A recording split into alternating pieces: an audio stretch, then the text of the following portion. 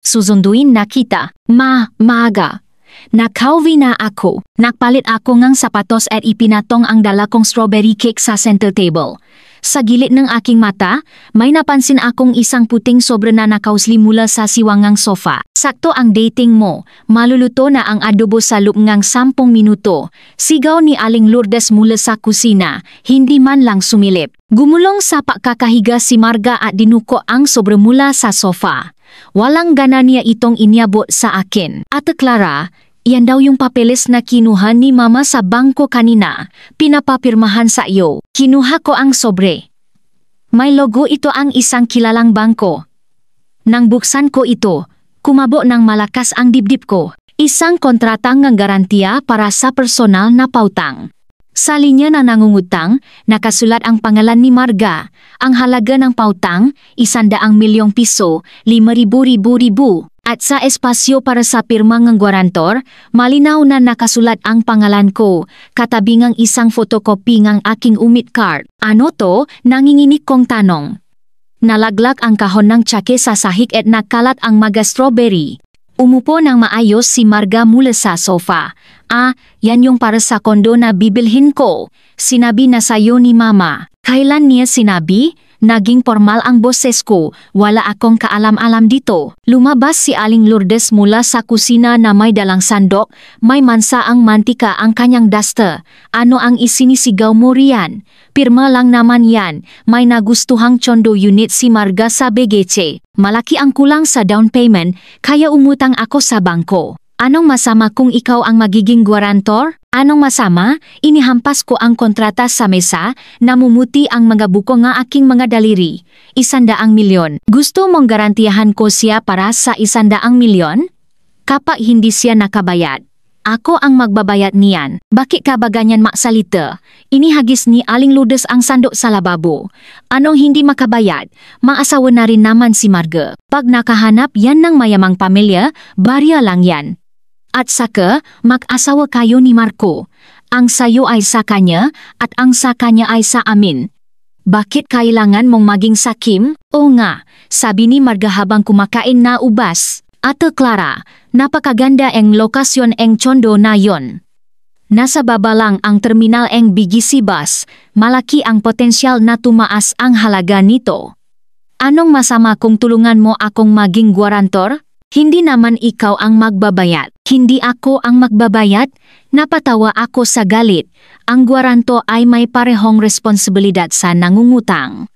Kapag hindi siya nagbayad, ako ang unang hahabulin ng bangko. Ang sahod ko, ang nga iPhone ko, pati na ang bahay na to ni Marco ay sapilitang kukunin. 3 taon na kaming kasal. Ang bahay na tinitirhan namin ni Marco ay binayaran ng kanyang nga magulang bago kami ikasal. Ang pangalan sa titulo ay Aling Lourdes at Marco. Ang sahod ko ay 40,000 kada buwan. Buko sa 5,000 na baon, ang natitira ay ibinibigay ko sa pamilya. Sabi ni Aling Lourdes, iniipon niya raw para sa amin. Sapilitang kukunin? Sinong tinatakot mo? Inihampas ni Aling Lourdes ang makubierto sa mesa. Buhay pa ako, hindi ko hahayaang madusa ka ng ganyan. At saka, nagtatrabaho si Marco sa isang malaking kumpanya. Matatag ang trabaho niya, paanong hindi niya mababayaran yan? Iyan ba ang problema? Tinitigan ko siya. Kinuha mo ang ID ko nang walang paalam para gawin akong gwarantor. Nakpaalam ka ba sa akin? Anong kinuha ng walang paalam? Tumaas ang boses ni Aling Lourdes. Nasa drawer lang naman ang ID mo. Kinuha ko lang. Anong masama doon? Pamilya tayo, walang nakawan dito. Biglang tumayo si Marga at inihagis ang cellphone sa sofa. Ma, bakit ka pa nakikipatalo sa kanya? Nainggit lang yan dahil titira ako sa magandang chondo. Kung hindi lang siya na pumilit na pumasok sa pamilyang ito. Marga, tumahimik ka. Itinuro ko ang pinto. Bahay ko to. Lumabas ka. Pinapalayas mo ako, tumayo si Marga at akmang itutula ako. Bahay tong kuya ko, kaya bahay ko rin to, sino ka ba sa akala mo? Tama na, umatras ako bago pa niya, ako may tula. Tumama ang likod ko sa aparador ng sapatos at napangiwi ako sa sakit. Nung masandaling iyon, umikot ang seraduran ng pinto at pumasok si Marco, may dalang briefcase. Anong nangyayari dito? Rinig ko ang sigawan mula sa baba. Mako, buti dumating ka. Para akong nakakita ng kaligtasan. Iniabot ko sa kanya ang kontrata. Kinuha ng nanay mo ang ID ko nang walang paalam at ginawa akong gwaranto ni Marga para sa 100 milyong pautang. Tingnan mo. Tiningnan ni Marco ang kontrata at kumunot ang no, ngunit hindi siya tumingin sa akin. Humarap siya kay Aling Lourdes. Ma, bakit hindi mo sinabi sa akin ang ganito kalaking bagay? Kung sinabi ko sa iyo, siguradong magiging mabagal ka, sabi ni Aling Lourdes habang hawa ang kanyang braso. Napakaganda ng tsondo na ito para kay Marga, isang pambihirang pagkakataon. Itong asawa mo, makitid lang talaga ang isip. Ipinaliwanag ko na sa kanya, pero ayaw niyang makinig. Humarap sa akin si Marco na may halong inis. Pamilya tayo, wag ka nang maging ganyan. Seryosong bagay din naman ang pagbili ni Magangang Tsondo. Ang pagiging gwaranto ay formalidad lang. Hindi naman talaga ikaw ang pagbabayarin. Formalidad lang? Hindi ako makapaniwala sa narinig ko. 100 milyon yon, hindi 100,000. Alam mo ba kung ano ang ibig sabihin niyan? Siyempre alam ko, inihagis niya ang briefcase sa sofa, pero para rin naman to sa ikabubuti ni Marga. Paano siya mag-asawa kung wala siyang sariling tsondo? Tulungan? Tiningnan ko siya at para siyang naging estranghero. Gamit ang aking kredibilidad, ang aking kinabukasan, para tulungan siya. Marco, alam mong hindi malaki ang sahod ko. Kung magka-problema, pareho tayong masasagat habang buhay. Anong problema ang mangyayari? Tumaas ang kanyang boses. May counting iPhone pa si Mama. Kung hindi talaga kaya, gagawa akong paraan. Pinapalaki mo lang ang issue. Ayaw mo lang ng kapayapaan sa bahay. Kuya, tingnan mo siya.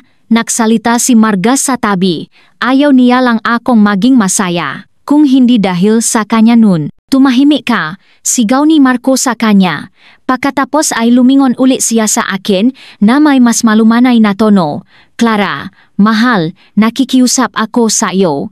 Hayaan na natin ito. Napirmahan na ang kontrata, hindi na natin mababago. Tiningnan ko ang kanyang nga mata na umiwas at bigla kong naintindihan. Matagal mo nang alam, di ba? Hindi siya nagsalita na para bang umamin na. Ang amoy ng adobong niluluto mula sa kusina na may halong tamis ng strawberry ay lumulutang sa hangin. Pero parang bumaliktad ang sikmura ko. Yumuko ako para pulutin ang nga strawberry sa sahe. Ang nga daliri ko ay naging malakit dahil sa cake, parang nabahiran ng dugo. 3 taon na kaming kasal. Gumigising ako ang 5:30 ang umaga para magluto ang almusal. Pagkatapos ng trabaho, namamalengke ako at nagluluto ang hapunan. Sa katapusan ng linggo, naglilinis ako ang buong bahay. Sabi ni Aling Lourdes, dapat daw ang babae ang naaasikaso ang bahay. Si Marga ay laging namimili ng gabag at ang nga resibo ay ibinibigay sa akin. Sabi ni Marco, bata pa raw ang kapatid niya, kaya dapat pakbiyan. Gusto kong mag-ipon para bumili ng maliit na apartment. Sabi ni Aling Lourdes, kasal na kami, kaya wala nang sayo o sa akin. Pero hindi ko kailanman inakala na magagawa nilang gamitin ang pangalan ko para umutang ng 100 milyon. Hindi ako ang pumirma diyan. Tumayo ako, itinupi ang kontrata at isinilit sa aking bag. Hindi ko kinikilala ang garantiyang ito. Hindi mo kinikilala?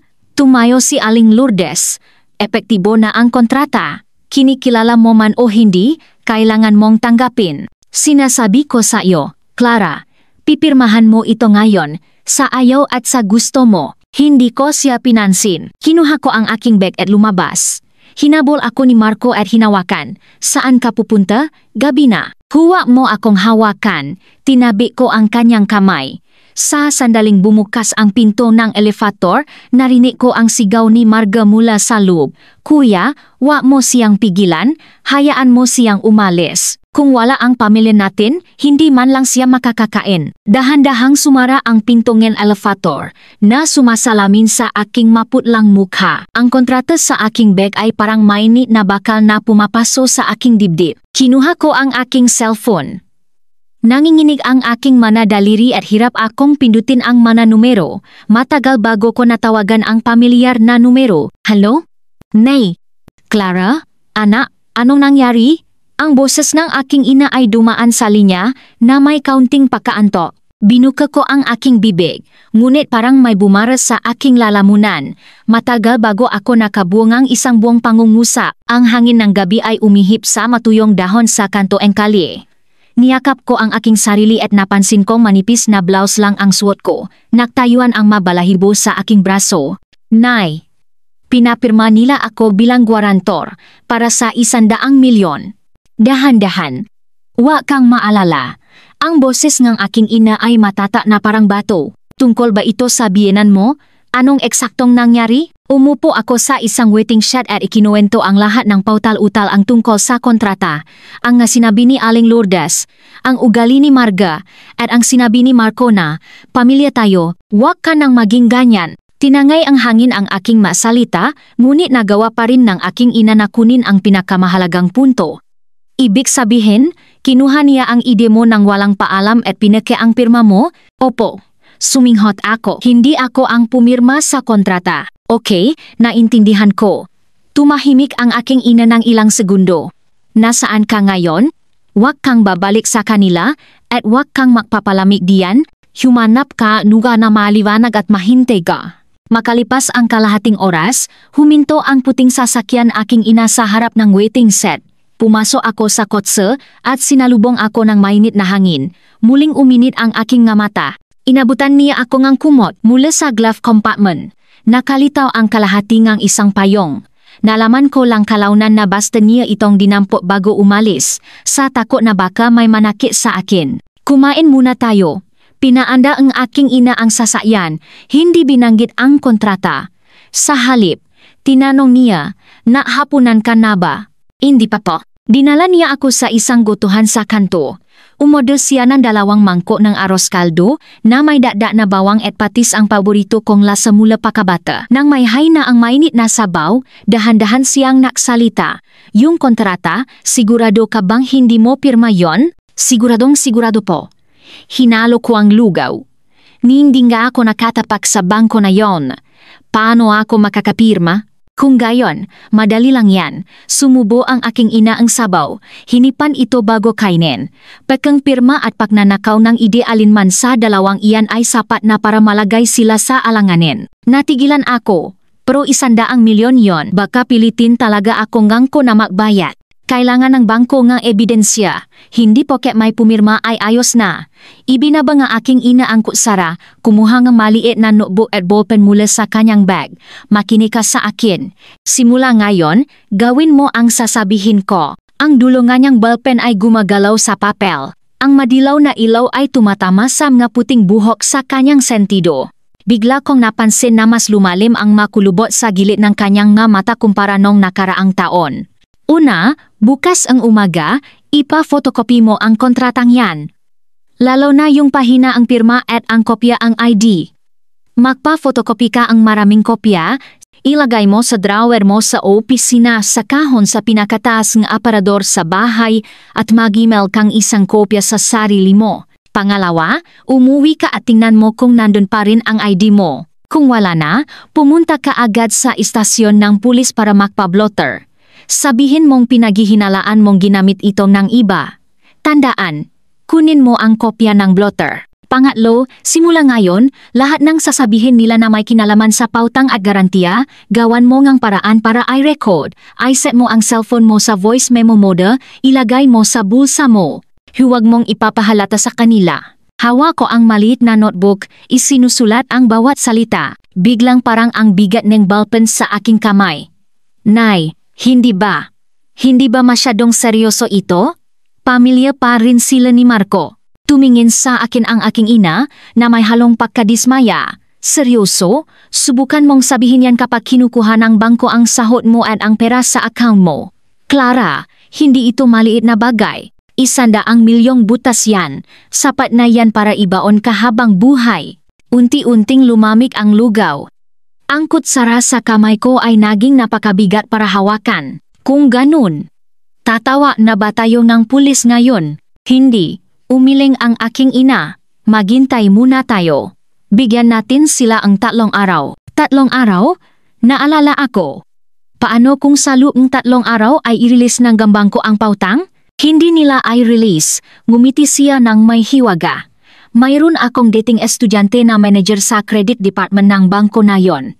Ang apelyido niya ay Santos. Nag-text ako sa kanya kanina habang nasa daan. Sinabi ko, mukhang may gumamit sa pangalan ng anak ko para maging guarantor. Hindi ko alam ang buong detalye, pero pwede mo bang tingnan? Nagliwanag ang mga mata ko. Si Mr. Santos po ba yon? Yung laging pumupunta sa bahay para kumain ng pansit noong bata pa tayo? Siya nga, pinunasan ng aking ina ang kanyang bibig. Napakasalan ng taong yun pagdating sa mapatakaran. Kapag nalaman niyang may mali, siguradong ipagpapaliban niya ang pautang. Hindi niya basta-basta ay re-release yon. Nalaman kong matagal na pala niyang inayos ang lahat. Tiningnan ko ang aking ina at bigla kong naalala nung hinabol ako ang aso ang kapitbahay nung bata pa ako. Ganon din siya itinago ako sa likod niya habang kumukuha ng bato para ibato sa aso kahit na nangingini din siya sa takot. Paano kung pilitin ako ni Aling Lourdes na pumirma ulit? Huwag kang pipirma, Mariang sabi ng aking ina. Kung maiingay siya, gumawa kang dahilan para umalis o tumira ka muna dito sa bahay. Tandaan mo, kahit anong sabihin niya, kahit anong mura niya, kahit lumuhod pa siya sa harap mo, huwag kang bibigay. Pagkatapos kumain, dinala akong aking ina sa luma naming bahay. Sa kwarto ko, nakadikit pa rin ang nga poster mula nung high school ako. Sa mesa, nakalagay ang nga medalya ko bilang honor student. Inayos niya ang kama ko at naglagay ng gunting sa tabi ng unan. Hindi para makipag-away, kundi para daw kung may marinig akong kaluskos sa gabi, punitin ko ang kumot. Kung mas malakas ang ingay, mas malaki ang sansang marinig ng makapitbahay at tumulong. Nang mahiga ako, na-vibrate ang cellphone ko. Mensahe mula kay Marco. Mahal, wag ka nang magalit, umuwi ka na. Alam ni mama na nakamali siya, sabi niya. Kakausapin ka muna niya sa susunod. Napangisi ako habang tinitingnan ang screen, naalala ang pahahagis ni Aling Lourdes ng sandok at ang pagiging kampante ni Marga habang kumakain ng ubas. Nag-type ako sa screen. Hanggat hindi nare-resolba ang isyu ng garantiya, hindi ako babalik. Agad siyang sumagot. Isang pirma lang naman yon. Hindi talaga ganun kalaki ang problema. Hindi ka ba nagtitiwala sa akin? Hindi na ako sumagot.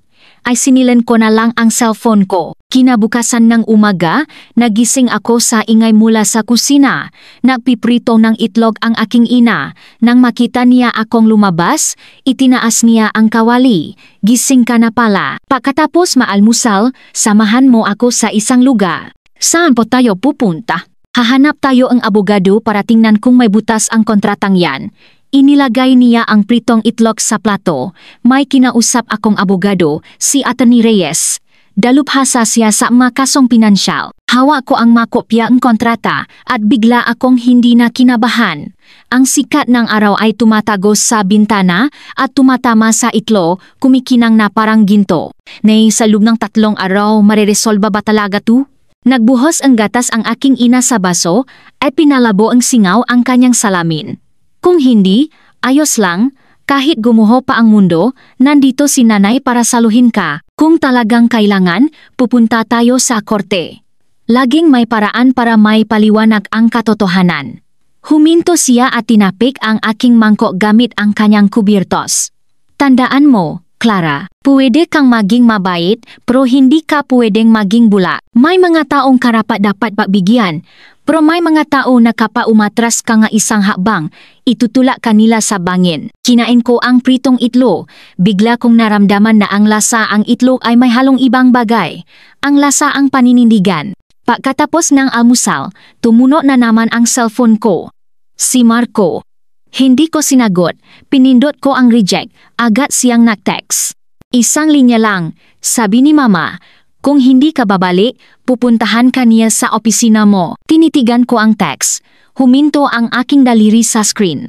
Pagkatapos ay binuksan ko ang voice recorder at isinilid ito sa aking bulsa. Ngumiti ang aking ina, tara na, puntahan na natin ang abogado, ang dapat mangyari ay mangyayari. Ang opisina ni Atty. Reyes ay nasa isang lumang gusali sa Makati.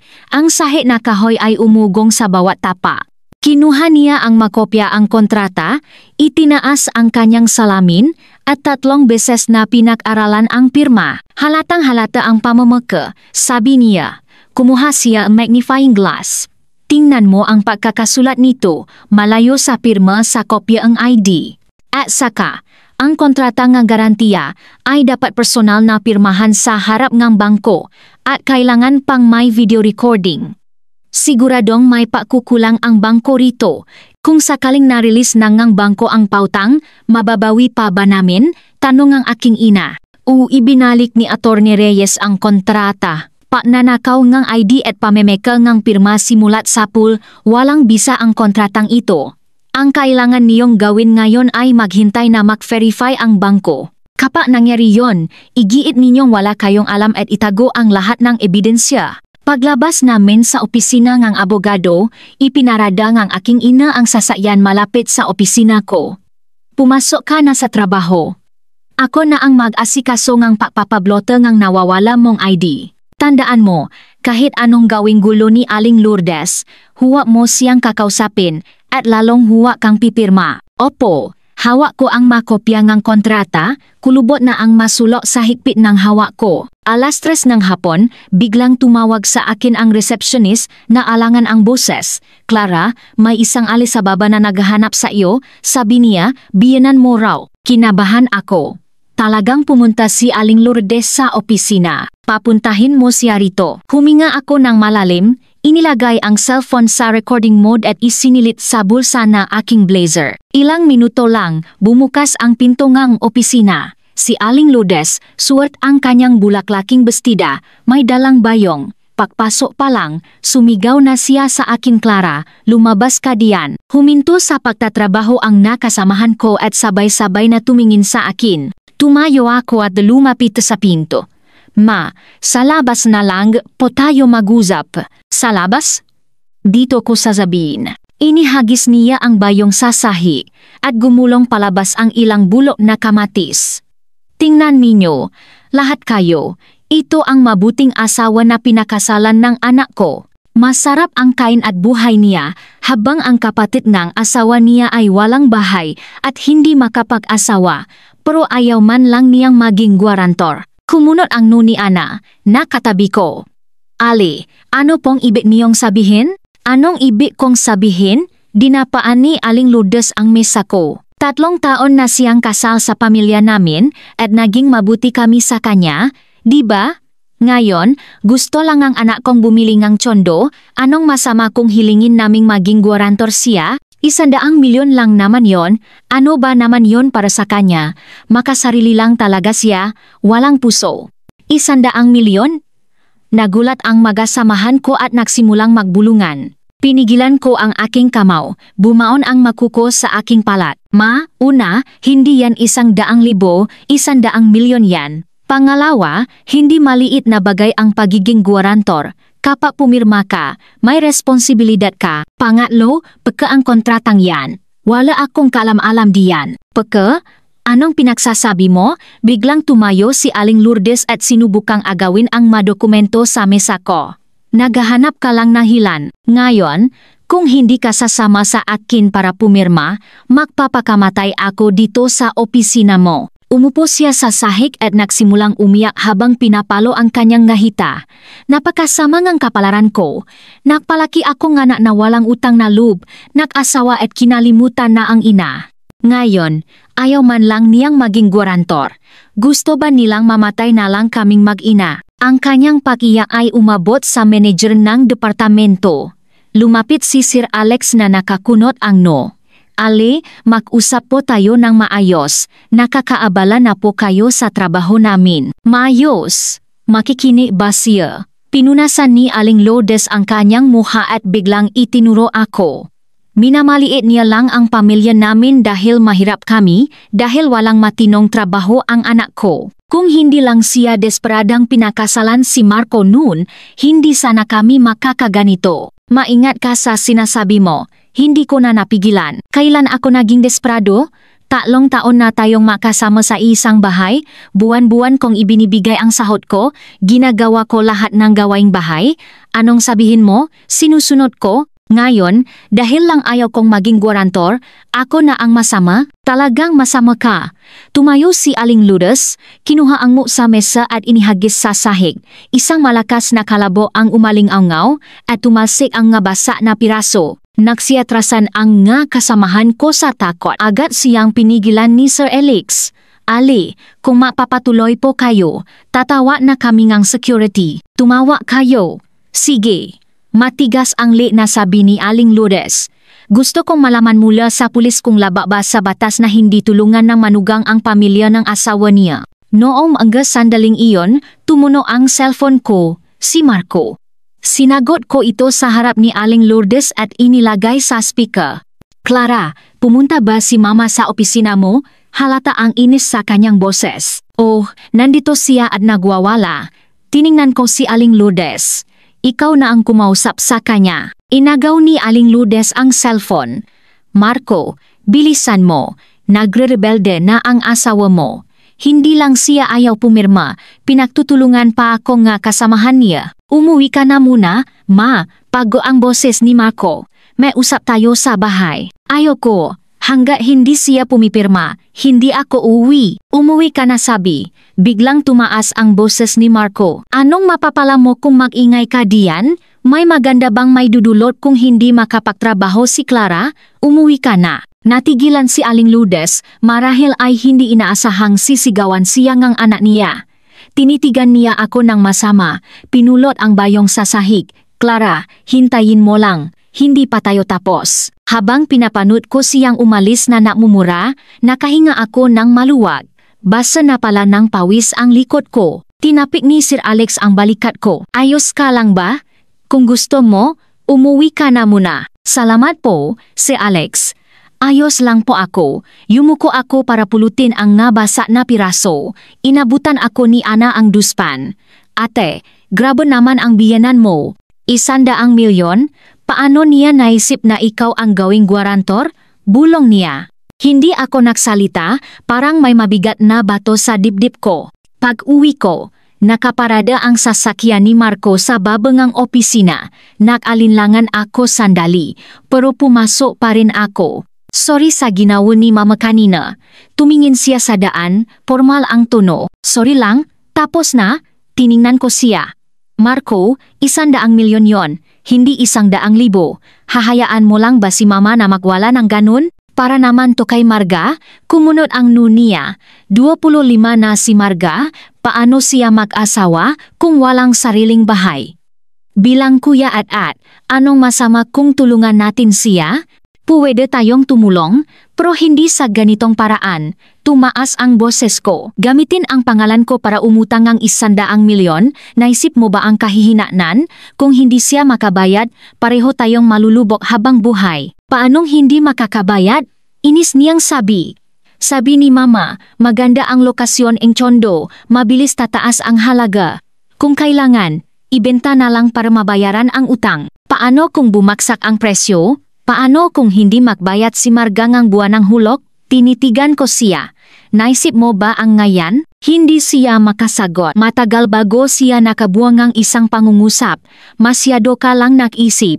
Pamilya tayo, huwag mong isipin lagi ang masama. Masyado akong nag-isip, napatawa ako. Marco, tanungin mo ang sarili mo. Sa loob ng 3 taon nating pagsasama, paano ako tinratong ng nay mo at ng kapatid mo? Hindi mo ba alam, kailan ba nila ako tinuring na pamilya? Biglang huminto ang sasakyan sa gilid ng daan. Humarap siya sa akin, namumula ang mamata. Anong gusto mong mangyari? Palakihin pa ang gulo para malaman ng lahat na hindi tayo makasundo sa pamilya? Kayo ang unang gumawa ng masama. Tinanggal ko ang seatbelt ko. Hindi ko kailanman pipirmahan ang garantiyang yan. Kung may natitira ka pang pagtingin sa akin bilang asawa, kumbinsihin mo ang nanay mo na tumigil na. Binuksan ko ang pinto. Bigla niyang hinawakan ang braso ko. Clara, mahal, nakikiusap ako sa iyo. Isang beses lang. Tulungan mo si Marga sa pagkakataong ito, pwede ba? Pagkatapos nito, lahat ng gusto mo, susundin ko. Ang ilaw mula sa posta ay tumama sa kanyang mukha. Bigla siyang naging estranghero sa akin. Ang lalaking ito na dati naglibot sa tatlong kanto para lang bilhan ako nga lugaw nung may sakit ako, na dati ipinagtanggol ako sa isang mahirap na kliyente. Ngayon, ang nakikita lang niya ay ang kanyang pamilya. Ang sakit na nararamdaman ko ay parang hangin lang, walang halaga. Huli na, tinabik ko ang kanyang kamay. Marco, siguro hindi talaga tayo para sa isa't isa. Naglakad ako pabalik sa bahay ang aking ina, hindi lumingon. Sa likod ko, sunod-sunod na bumusina ang sasakyan, parang nakmamadali. Pero alam kong hindi ako pwedeng lumingon. Kahit isang hakbang, pag-uwi ko, nag-ayos ang gulay ang aking ina sa sala. Nang makita niya ang namumula kong nga mata, hindi siya nagtanong. Inilabas lang niya ang bagong lutong sinigang na tadyang. Higupin mo habang mainit pa para lumakas ka. Habang humihigop ng sabaw, naalala ko ang basa na mok, ang kakaibang tingin ng makasamahan ko, at ang sinabi ni Marco na, "Pamilya tayo, huwag ka nang maging ganyan." Biglang tumulo ang naluha ko. Pumata sa mangkok. "Ni, wala ba talaga akong silbi?" Ibinaba ang aking ina ang hawa niyang gulay at hinaplos ang aking buhok. "Anak, hindi mo kasalanan to. Ang kabaitan na walang hangganan ay nagiging sandata para saktan ka ang iba. Ang pagtatanggol mo sa iyong hangganan ngayon ay hindi mali." Binigyan niya ako ang isang piraso ang tadyang. "Bukas, baka guluhin ka na naman nila. Huwag kang matakot," sabi ni Attorney Reyes. "Hanggat tama tayo, walang makakaapi sa atin." Tumango ako at isinubo ang tadyang. Ang lasa ng karne, na may halong alat ng luha, ay biglang nagbigay sa akin ng lakas. Ang lakas na hindi na muling urong. Kinabukasan ng umaga, pagdating ko sa opisina, nakita ko si Marga na nakaupo sa aking upuan, pinaglalaruan ang aking mouse. "Anong ginagawa mo dito?" Kumunot ang noo ko. Tumayo siya. Suot ang bagong, leather jacket at gintong kwintas. "Ate Clara, nandito ako para payuhan ka. Huwag mo nang labanan si Mama. Pumirma ka na sa kontratang yan para sa ikabubuti ng lahat. Paano kung ayaw ko?" "Kung ayaw mo," ngumiti siya. Kumuha siya ang ilang litrato mula sa kanyang bag at inihagis sa mesa ko. "Kung hindi, ididikit ko ang mga litratong ito sa buong opisina ninyo. Ano sa tingin mo ang sasabihin ng makasamahan mo kapag nalaman nila ang tungkol sa dati mong?" Sa mga litrato, kasama ko ang dati kong nobyo nung kolehiyo, ang background ay ang hardin ng aming universidad. Hindi pa kami naghihiwalay nun at medyo malapit kami sa isa't isa. "Marga, wala kang hiya." Pinigilan ko ang aking kamao, bumaon ang makuko sa aking palat. "Walang hiya, mas mabuti na to kaysa sa pagiging mapakunwari mo." Lumapit siya sa akin at bumulong. "Sabi ni Mama, kung hindi ka pipirma, wag mo kaming sisisihin kung ipapadala namin ang malitratong ito sa mga magulang mo para malaman din nila kung anong klaseng anak ang pinalaki nila bago pa man ikasal. Subukan mo." Kinuha ko ang malitrato at akmang pupunitin. Bigla siyang sumiga. "Anong ginagawa mo? Nanunulak ka." Muling naktipon ang makasamahan ko. Nakbubulungan. Umupo si Marga sa sahig. Hawak ang kanyang tiyan.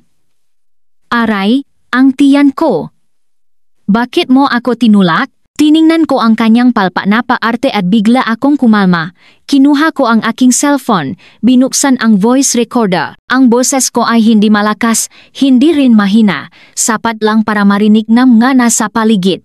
"Marga, una, hindi kita tinulak. Pangalawa, kinuha mo ang malitrato ko para pagbantaan ako na may tuturing ng blackmail. Pangatlo, peke ang kontratang yan. Nakipag-usap na ako sa abogado at ang ginagawa ninyo ay labag sa batas." Natigilan siya, marahil ay hindi inaasahan na sasabihin ko ang lahat ng direkta. "Huwag kang magsalita ngang kung ano-ano. Alam mo sa sarili mo kung nagsisinungaling ako. Itinago ko ang litrato. Ipapafile ko ang litratong ito sa pulis. Kung gagamitin mo ulit to para pagbantaan ako o guluhin ang magulang ko, makita tayo sa korte." Simulang makbulungan ang mga kasamahan ko, ganun pala yon. Ginamit ang malitrato para pagbantaan siya, sobra naman. Namula at namutla ang mukha ni Marga. Tumayo siya at tinitigan ako ng masama. "Hintayin mo lang." Habang pinapanut ko siyang tumakbo palayo, nakahinga ako ng maluwag. Ang sikat ng araw ay tumama sa aking mesa. Kinuha ko ang cellphone at nagtext sa aking ina. "Nay, Ayos lang ako. Hindi nila ako matatakot. Mabilis na sumagot ang aking ina. Magaling. Tandaan mo, kapag kaharap mo ang isang asong ulo, hindi ka pwedeng matakot. Dapat mas matapang ka pa sa kanya. Ngumiti ako at binura ang 10 mensahe na ipinadala ni Marco kagabi. May mga relasyon na parang sirang gatas. Mukhang pwede pang inumin, pero matagal ng panis. Kung hindi mo itatapon, sasakit lang ang tiyan mo, at ayoko nang sumakit ang tiyan ko. Pagkaalis ni Marga, ikinulong ko ang malitrato sa drawer at ay binakap ang recording sa cloud. Lumapit si Ana, may dalang tissue. Ate, ang galing mo. Kung ako yon, siguradong iyak na ako sa takot. Anong silbing ang iyak? Ngumiti ako. Sa mga taong tulad nila, walang halaga ang luha. Tanghali, habang kumakain sa kantina, na-vibrate ang cellphone ko. Isang lokasyon na ipinadala ng aking ina. Ito ang lokasyon ng tsondo na bibilhin ni Marga. Kakatanong ko lang sa sales office. Binuksan ko ang lokasyon at kumabok ang puso ko. Azure Residences, sa puso ng BGC. Kakabukas lang nung nakaraang buwan na may presyong 1,000-1,200 kada metro kwadrado. Ang pinakamaliit na unit ay nakakahalaga ng 15 milyon. Gusto niyang umutang ng 500 milyon. Ibig sabihin, gusto niyang bilhin ang buong palapa. Baliw na sila, bulong ko. Narinig akong katabi kong kasamahan. Anong nangyari, Clara? Wala. Agad kong itinago ang cellphone. Pero parang may mabigat na bato sa dibdib ko. Saan kumuha ng lakas ng loob sina Aling Lourdes at Marga? Dahil ba sa 1,035,000 na buwan ng sahot ni Marco? O dahil iniisip nilang ako, ang guarantor, ay isang malaking premyo na pwede nilang kainin? Hapon, nagpaalam ako para kumuha ng bagong ID sa munisipyo. Nang makuha ko ang resibo, bigla kong naisipang puntahan ang Azure Residences. Hindi dahil sa curious ako kung gaano kaganda ang tsondo, kundi para malaman kung ano talaga ang plano nila. Ang sales office ay parang palasyo. Ang sales agent na naka-uniforma ay hindi man lang ako pinansin nang makita ang suot kong office attire. Nakunwari akong tinitignan ang modelo ng gusali at narinig ko ang dalawang sales agent na nag-usap sa isang sulok. Na-reserve na ba yung unit sa 32nd floor? Yung gusto ni Ms. Santos. Oh, na-reserve na. Nabayad siya ng 55 milyong reservation fee kahapon. Pero sabi ng nanay niya, hindi pa raw aprobado ang pautang, kaya wag muna nating ipagsabi. Espaan poli 5 milyong reservation? Saan siya kumuha ng ganong kalaking pera? Narinig ko, wala man lang siyang trabaho. Ewan ko. Sabi nila, tinulungan daw siyang kuya at hipag niya.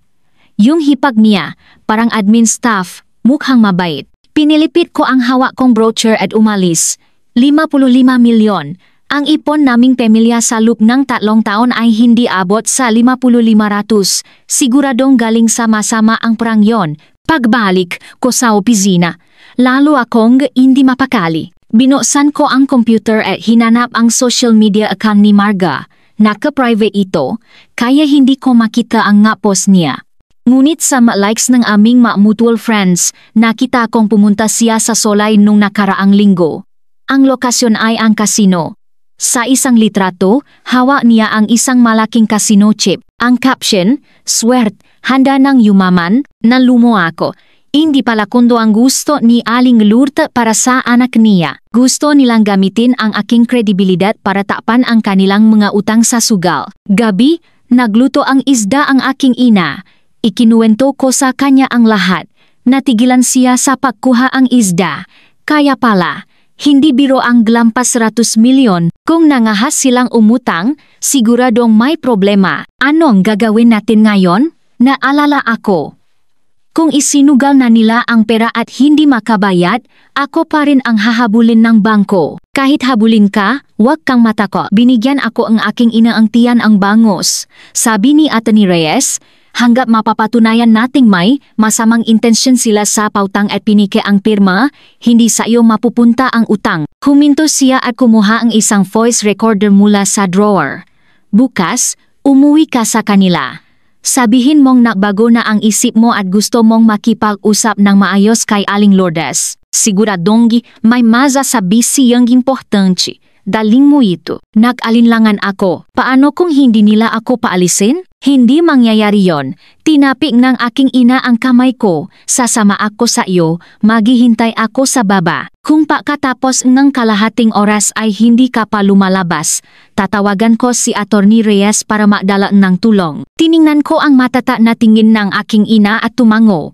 Oras na para ako naman ang kumilos. Hindi pwedeng lagi na lang akong nagtatanggol. Kinabukasan, nag-text ako kay Marco. Bago na ang isip ko, uwi ako mamayang gabi para pag-usapan ang tungkol sa garantiya. Agad siyang sumagot, talaga, ang galing. Sasabihin ko kay mama na lutuin ang paborito mong sinigang. Napangisi ako at hindi na sumagot. Paborito kong sinigang, sa loob ng 3 taon naming pagsasama, hindi man lang ako ipinagluto ni Aling Lourdes kahit isang beses. Tuwing sinasabi kong gusto kong kumain, sasabihin niya, napakmahal niyan. Mahilig sa gulay si Marco, kaya gulay ang lutuin natin. Alas 6 ng gabi, dumating ako sa dati kong bahay. Pagbukas ang pinto, naamoy ko ang sinigang.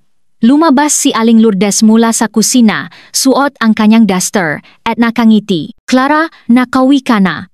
Halika, malapit nang maluto ang pagkain. Si Marga, na hindi tulad ng dati, ay inabutan ako ng isang basong tubig. Ate Clara, sorry sa nangyari kahapon. Hindi ko dapat ginamit ang mga litrato para pagbantaan ka. Nakaupo si Marco sa sofa, tinitingnan ako na parang may gustong sabihin. Kinuha ko ang baso ng tubig, itinago ang voice recorder sa aking manggas, at pinindot ang record button. Marga, naisip ko, para rin naman sa pamilya ang ginagawa ninyo, pwede kong pag-isipan ang tungkol sa garantiya. Pero kailangan kong malaman para saan ba talaga ang ganito kalaking pera. Nanining ang nga mata ni Aling Lourdes at hinila ako paupo sa sofa. Si Clara talaga ang nakakaintindi. Sinasabi ko sa iyo, napakaganda ng tsondo na yon. Kapag nabili natin, pwede nating ipaupa. 50,000 kada buwan ang kita. Sa loob ng ilang taon, mababayaran na natin ang utang. Talaga? Kunwari akong nagulat. Pero kung ang bali 100 milyon ang utang, ang buwan ng hulog ay abot sa mahigit 50,500,000, di ba? Hindi sapat ang upa lang. Diyan ka nakakamali, sabat ni Maga. May kakilala akong kaibigan na pwedeng tumulong na isang laang tsondo para makakuha ng isa pang pautang para sa investment. Kikita ng mabilis ang pera at mababayaran agad ang utang. Anong investment yan na ganyan kalaki ang kita? Tanong ko. Tiningnan ni Aling Lourdes si Marga ng masama at agad na nagsalita. Bata pa yan. Hindi alam ang sinasabi. Huwag mo siyang pakinggan. Gusto lang naming bumili ng tsondo ng maayos. Bumili ng tsondo ng maayos, kailangan ng 1,500 milyon, kinuha ko ang aking cellphone at ipinakita ang litrato ni Marga sa casino, o baka naman, gusto ninyong gamitin ang para sa sugal? Biglang namutla ang mukha ni Aling Lourdes. Tumayo si Marga at sinubukang agawin ang cellphone ko. Pinapakialaman mo ang nga litrato ko. Hindi ko pinakialaman. Ikaw mismo ang nakpost niyan sa social media. Isinilit ko ang cellphone sa bulsa. Marga, kung talagang kailangan ninyong pwede ninyong sabihin sa amin ni Marco. Kahit magtipid pa kami, tutulungan namin kayo, pero hindi ninyo pwedeng gawin ang ganitong bagay na isugal ang aking kredibilidad. Huwag kang makunwari na mabait. Biglang nabago ang mukha ni Aling Lourdes. Kailangan pa ba naming mangyalam sa mga bagay sa pamilya namin? Ngayon, pipirma ka o hindi ka makakaalis dito. Bigla siyang tumayo at nilok ang pinto. Anong ginagawa mo? Sinubukan siyang pigilan ni Marco. Anong ginagawa ko? Inihagis ni Aling Lourdes ang apron sa sahi. Ngayon, ipapakita ko sa kanya na hindi madaling apihin ang pamilya natin. Kumuha si Marga na kutsilyo mula sa kusina at itinutok sa akin. Ate Clara, pumirma ka na. Huwag mo kaming pilitin. Kinabahan ako. Dahan-dahan kong sinubukang kunin ang cellphone sa bulsa para i-text ang aking ina. Noong masandaling iyon, tumunog ang doorbell. Ang boses ng aking ina ay narinig mula sa labas ng pinto. Lourdes, nandiyan ka ba? Nagdala ako ang empanada. Natigilan sina Aling Lourdes at Marga. Kinuha ni Marco ang pagkakataon para agawin ang kutsilyo mula kay Marga. Sobra ka na. Tumakbo siya para buksan ang pinto. Pumasok ang aking ina. Nang makita niya ang sitwasyon, kumunot ang niya. Anong nangyayari dito? Parang may naririnig akong nag-away. Wala po, Nay. Pilit akong humiti. Nakusap lang po kami. Tinitigan ako ni Aling Lourdes ng masama at hindi naksalita. Inilapa ng aking ina ang empanada sa mesa. Bagong luto, paborito ni Clara. Marco, tikman mo rin. Hindi gumalaw si Marco. Pero si Aling Lourdes ay biglang ngumiti. Ate Helen, tingnan mo naman to. Kasalanan ko. Masyado akong mainitin ang ulo. Clara, kasalanan ni Mama kanina. Huwag mo sanang damdamin. Ayos lang. Tumayo ako. Ma, may gagawin pa po ako. Sasama na po ako kay nanay. Papalabas na kami, narinig ko si Aling Lourdes na nagsabi sa likod ko, Clara, bumalik ka bukas? Ipaluluto ka ni Mamang sinigang. Hindi ako lumingon. Hinila ko ang aking ina at mabilis na bumaba. Pagpasok namin sa kotse, napansin kong basang-basa ang pawis ang aking ngapalat. Ang voice recorder ay nasa aking manggas pa rin. Malinaw na nariko dito ang sinabi ni Aling Lourdes tungkol sa pasangla ng tsondo para sa isa pang pautang at ang pagbabanta ni Marga gamit ang kutsilyo. Narecord mo ba lahat? Tanong ng aking ina. Opo, tumango ako. Pati na ang sinabi nilang babayaran ang utang gamit ang upa, makasalungat, halatang nagsisinungaling. Pinaanda ng aking ina ang sasakyan. Mabuti. Lahat yan ay ebidensya. Kapag may balita na mula sa bangko, sabay nating isusumi. Ang mailaw sa daan ay kumikislap. Tiningnan ko ang pamilya na gusali at bigla itong naging estranghero. Ang lugar na dati kong tinatawa na tahanan ay naging isang bita pala para sa akin. Ang sumunod na 2 araw ay tahimik. Hindi na pumunta si Aling Lourdes sa opisina para magulo at hindi rin na-text si Marga. Kahit si Marco ay hindi ako kinontak. Medyo kinabahan ako, pakiramdam ko ay ito ang katahimikan bago ang bagyo. Pero sabi nga aking ina, huwag kang matakot. Hinihintay nila ang balita mula sa bangko. Kung maaprubahan ang pautang, mas magiging mayabang sila. Kung hindi, doon sila magwawala. Miyerkules ang hapon, habang nag-ayos akong nga dokumento, biglang tumunog ang cellphone ko. Ang caller ID ay ang opisyal na numero ng bangko. Kinabahan ako. Mabilis akong pumunta sa hagdanan para sagutin. Hello, si Ms. Clara Reyes po ba ito? Ang boses sa kabilang linya ay isang lalaki. Formal ang tono. Ako nga po. Sino po sila? Ako po si Mr. Santos mula sa Credit Department NH Banko. Ako po ang namamahala sa loan application ni Ms. Marga. Huminto siya. Nakita po namin na kayo ang guarantor para sa pautang na ito. Gusto lang po naming i-verify ang ilang bagay. Dumating na. Huminga ako ng malalim at sinabi ang itinuro ng aking ina. Hello Mr. Santos. Pasensya na po, pero wala po akong alam diyan. Kahapon ko lang po nalaman na nawawala ang ID ko. Nang mapablotter ako sa pulis, sinabi nilang baka may gumamit nito. Ano po bang pautang yan? Tumahimik si Mr. Santos ng ilang segundo, isang 1,100 milyong personal housing loan po. Ang pirma po sa guarantor section ay pangalan ninyo, kasama ang kopya ng inyong umid. Sinasabi ninyo pong wala kayong alam. Wala po akong kaalam-alam. Diniinan ko ang aking boses. Hindi po ako kailanman pumunta sa bangko ninyo at lalong hindi ako pumirma ng anumang kontrata ang garantiya. Baka po may pumaka ng pirma ko. Inaalam din po namin ang bagay na iyan, walang emosyon ang boses ni Mr. Santos. Ms. Reyes, pwede po ba kayong pumunta sa bangko? Kailangan po naming ikumpara ang inyong sulat kamay at personal na impormasyon. Pwede po. Mabilis kong sinabi. Bukas po ang umaga. Pupunta ako. Pwede po ba ang alas 10? Pwede po. Ibinigay ni Mr. Santos ang address. Pagdating ninyo, hanapin nyo lang ako. At saka, dalhin nyo na rin po ang inyong ID at ang police blotter. Pakababa ang telepono, nangingini pa rin ang mga kamay ko. Kinuha ko ang cellphone at tinawagan ang aking ina. Nang marinig niya ang lahat, ngumiti siya. Mabuti. Sundin mo lang ang plano. Bukas, sasamahan kita. Darating din si Attorney Reyes. Hindi kaya pumanik si Mr. Santos sa kanila, nag-alala pa rin ako.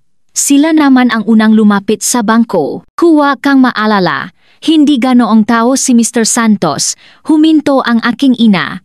At saka, pinakamahalaga sa bangko ang panganib, isang 500 milyong pautang na may problema sa pagkakakilanlan ng gwarantor. Mas takot sila kaysa sa atin. Kinabukasan ng umaga, dumating kami sa bangko ako, ang aking ina, at si Attorney Reyes. Si Mr. Santos, suot ang kanyang suwet at salamin, ay mukhang mas matanda na ngayon. Dinala niya kami sa isang conference room. Ms. Reyes, tiningnan po namin ang surveillance video noong pirmahan. Ang babay sa video ay nakamas at sombrero, hindi makita ang muha, at ang pirma ay talagang iba sa nasa ID ninyo. Sabi ko na nga ba't hindi ako ang pumirma? Inilabas ko ang voice recorder. Mr. Santos, ito po ang recording kung saan inamin nilang pineke ang pirma at pinabantaan ako. Sa recording, matinis ang boses ni Aling Lourdes. Kung hindi ka pipirma, hindi ka makakaalis. Malinaw din ang sigaw ni Marga. Ate Clara, pumirma ka na, huwag mo kaming pilitin. Lalong seryoso ang mukha ni Mr. Santos. Pagkatapos ang recording, sinabi niya kay Attorney Reyes, Attorney Besam nga ebidensya, mukhang may problema talaga ang kontratang ito. Agad naming ititigil ang loan approval at hahabulin ang mga responsible. Hahabulin? Natigilan ako. Anong mangyayari? Ang pamamaki ang pirma at pagnanakaw ang IDI may tuturing ng panloloko o fraud, paliwanag ni Attorney Reyes. Puwede ma-report ang bangko sa pulis. Kapag nangyari yon, maring managot sa batas sina Aling Lourdes at Marga. Kinabahan ako. Hindi dahil naawa ako sa kanila, kundi dahil hindi ko inaasahan na abo sa ganito kalaki ang gulo. Parang nabasa na aking ina ang inisip ko at mahinang hinawakan ang aking kamay. Senyales na huwag ako magsalita. Nagtanong pa si Mr. Santos ng ilang detalye tulad ng kung kailan ko huling nakita ang ID ko at kung may pagkakataon ba si Aling Lourdes na makuha ito. Sinagot ko lahat ng tapat. Paalis na kami, sinabi ni Mr. Santos Ms. Reyes, huwag po kayong mahalala. Aalamin namin ito sa lalong madaling panahon. Kung mapatunayang pagkanga, kakanselahin namin ang inyong responsibilidad bilang gwaranto at magre-report sa pulis. Salamat po, Mr. Santos, ngumiti ang aking ina. Noong bata ka pa, laging sinasabi ngang nanay mo na napakaseryoso mo sa trabaho. Totoo nga pala, ngumiti rin si Mr. Santos. Tita Helen, salamat po. Trabaho ko po ito. Paglabas namin sa bangko, nakakasilaw ang sikat ng araw. Huminga ako ng maluwag. Pakiramdam ko, nabunutan akong tini. Nay, ayos na ba? Sa ngayon, hindi gaanong kampante ang aking ina. Pero siguradong hindi titigil si Aling Lourdes. Kapat nalaman niyang itinigil ang pautang at baka makulong pa siya. Baka kung ano pa ang gawin niya. Sakto, tumuno ang cellphone ko. Si Marco. Nag-alinlangan ako bago sagutin. Clara, pumunta ka ba sa bangko? Nagmamadali ang boses niya. Kakatawag lang ng bangko kay mama. Sabi, hindi raw maaprubahan ang pautang at magre-report pa raw sila sa pulis para hulihin kami. Ano ba talagang nangyayari? Anong nangyayari? Napangisi ako. Tanungin mo ang nanay mo at kapatid mo. Pinaki nila ang pirma ko. Ginamit ang ID ko para umutang. Ngayong nabuking sila, kanino pa nila isisisi? Pineke ang pirma? Natigilan si Marco. Sabi ni mama, pumayag ka raw. Pumayag ako? Napatawa ako. Marco, hanggang ngayon, naniniwala ka pa rin sa kanila. Isipin mo nga, 100 milyong pautang. Paano nila babayaran yon? Kung hindi talaga nila mabayaran, gusto mo bang ako ang makulong para sa kanila? Tumahimik siya sandali bago bumulong. Clara, sorry. Hindi ko alam na ganito kalala. Ngayong alam mo na, hindi pa huli ang lahat. Huminga ako ng malalim. Marco, ma-divorce na tayo. Isang kalabo ang narinig ko sa kabilang linya. Parang nahulo ang cellphone. Pagkatapos ng ilang segundo, narinig ko ang kanyang boses na may halong iyak. Clara, wag kang ganyan. Bigyan mo pa ako ng isang pagkakataon, kakausapin ko sila ng maayos. Hindi na kailangan. Ibinaba ko ang telepono. Kakaibang kalmado ang naramdaman ko. Kapag mali ang daan na tinahak mo, kailangan mong bumalik agad. Hindi pwedeng ituloy mo hanggang sa huli. Tinapik ng aking ina ang balikat ko. Sigurado ka na? Sigurado na po. Tiningnan ko ang magusali sa malayo. Ang 3 taon ay parang isang panaginip. Oras na para magising. Pagbalik ko sa opisina, nagbago ang tingin sa akin ng nakasamahan ko. Hindi na awa, kundi paganga. Binigyan ako ni Ana ng isang basong milk tea. Ate, narinig ko, napasuko mo raw ang pamilya ng asawa mo. Ang galing, hindi ako magaling. Sila ang sobra. Mumiti ako at binuksan ang computer para magtrabaho. Ang nakaraan ay nakaraan na. Kailangan kong tumingin sa hinaharap. 3:00 ng hapon, muling tumawag ang resepsyonis, nangingini ang boses sa takot. Ate Clara, nandito na naman ang biyenan mo. May dala siyang tangkengang LPG. Sabi niya, kung hindi ka lalabas, sisindihan niya. Nanigas ako. Talagang nabaliw na si Aling Lourdes. Ate, naharang na siya nga guard. Nanginginig ang boses ng resepsyonis, pero yakap-yakap niya yung tangke sa gitna ng lobby. Sabi niya, kung hindi ka lalabas, bubuksan niya. Nahulo ang folder na hawak ko, namutla si Ana. Ate, tumawa ka ng pulis. Oh, kailangan. Kinuha ko ang cellphone at dinyal ang 911. Nanginginig ang nga daliri. Tumakbo palapit si Sir Alex. Clara, magtago ka muna sa fire exit. Ako na ang kakausap sa kanya. Hindi po pwede. Kinagat ko ang labi. Kung magtatago ako, lalo siyang lalakas ang loop. Biglang tumawag si Attorney Reyes. Para akong nakakita ng paasa. Attorney, si Aling Lourdes, may dalang tangkang ng LPG sa opisina. Sabi niya, pasasabugin niya. Huwag kang mataranta, kalmado ang boses ni Attorney Reyes. Pinapunta ko na ang assistant ko sa pinakamalapit na istasyon ng pulis. Darating sila sa loob ng 10 minuto. Tandaan mo, huwag kang lalapit sa kanya at huwag mo siyang awayin. Hayaan mong pulis ang umayos. Pagkababang ng telepono, huminga ako ng malalim at sumunod kay Sir Alex papunta sa lobby. Mula sa malayo, nakita ko si Aling Lourdes na nakaupo sa sahig. Yakap ang isang kalawangin na tangkeng LPG. Magulo ang buhok, may luha sa mukha. Napapaligiran siya ng empleyado at kliyente, kumikislap ang mga kamera ng cellphone. Clara, sa wakas, lumabas ka rin. Nang makita niya ako, bigla siyang tumayo. Mahigpit na hawa ang balbulang ng tangke. Akala mo nanalo ka na, pinatigil mo ang pautang ko para pagtawanan ako. Aling Lourdes, ibaba mo muna yung tangke. Humarang si Sir Alex sa harap ko. Mag-usap tayo ng maayos. Huwag kang padalos-dalos. Mayos, wala na kaming dapat peusapan. Bigla niyang inihampas ang tangke sa sahig na lumikhang ang malakas na kalabo.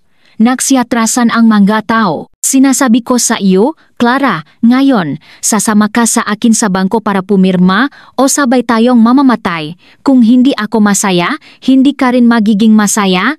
Labag yan sa batas. Pilit kong pinigilan ang panginginig ng boses ko. Alam mo ba na ang pagdadalaing pampasabo sa pampublikong lugar at pagbabanta na pasasabugin ito ay may katumbas na ilang taong pagkakakulong? Wala akong pakialam. Parang hindi niya narinig. Kumuha siya ng isang lukot na papel mula sa bulsa. Ito ang text mula sa bangko. Sabi, may problema raw ang madokumento. Kailangan kong magsumaytang bagong pirma at proof of income sa loob ng 3 araw. Saan ako kukuha ng proof of income? Ikaw ang may gawa nito. Doon ko naintindihan.